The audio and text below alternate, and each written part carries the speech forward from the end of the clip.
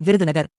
தனது ஒரே ஒரு நிபந்தனைக்கு ஒப்புக்கொண்டால் மீண்டும் அதிமுக, பாஜக கூட்டணியில் இணைய தயாராக இருப்பதாக அமமுக பொதுச் செயலாளர் டிடிவி தினகரன் தெரிவித்துள்ளார்.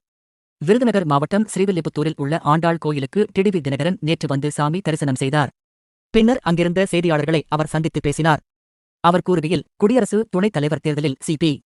ராதாகிருஷ்ணன் வெற்றி பெற்றது தமிழகத்திற்கு பெருமை சேர்க்கக்கூடிய விஷயம். அவர் நேர்மையான நல்ல மனிதர். அவர் வெற்றி பெற்றதற்கு எனது வாழ்த்துகள். நயினார் நாகேந்திரனை பொறுத்தவரையில் அவர் எனக்கு தனிப்பட்ட முறையில் நெருங்கிய நண்பர். அதிமுக, பாஜக கூட்டணியில் இருந்து நான் வெளியேறியதற்கான காரணத்தை ஏற்கனவே வெளிப்படையாக சொல்லிவிட்டேன். என்னை மீண்டும் கூட்டணிக்கு வருமாறு நயினார் நாகேந்திரன் அழைப்பு விடுப்பதாக அறிகிறேன். என் செல்போன் நம்பர் அவரிடம் உள்ளது. அவர் எப்போது வேண்டுமானாலும் என்னிடம் பேசலாம் என டிடிவி தினகரன் கூறினார். செங்கோட்டையன் அமித்ஷாவை சந்தித்தது பற்றிய கேள்விக்கு பதிலளித்த தினகரன், செங்கோட்டையன் முயற்சிக்கு எனது வாழ்த்துகள். அவரது முயற்சி கண்டிப்பாக வெற்றி பெறும். எந்த துரோகத்தை எதிர்த்து நாங்கள் கட்சி தொடங்கினோமோ அதே துரோகத்தை ஏற்றுக்கொண்டு நாங்கள் கூட்டணியில் இருக்க வேண்டிய அவசியமில்லை. அந்த கூட்டணியில் இருக்கக்கூடிய நபர்களில் யார் மீதும் எங்களுக்கு கோபம் இல்லை.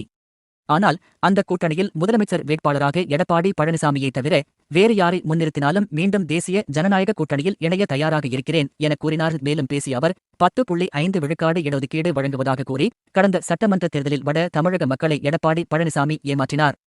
இதனால் தென் தமிழகத்தில் வாழக்கூடிய 105 சமுதாய மக்கள் பாதிக்கப்படுவார்கள் என நாங்கள் கூறினோம். அந்த அறிவிப்பு சட்டப்பூர்வமாக நீதிமன்றத்தில் செல்லாது என எங்களுக்கு தெரியும். கடைசியில் அதுதான் நடந்தது.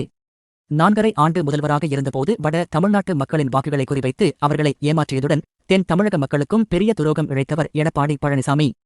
பதவியில் அமர்த்தியவர்களுக்கும் ஆட்சி தொடர காரணமாக இருந்தவர்களுக்குமே துரோகம் செய்தவர் அவர் என டிடிவி தினகரன் பேசினார்.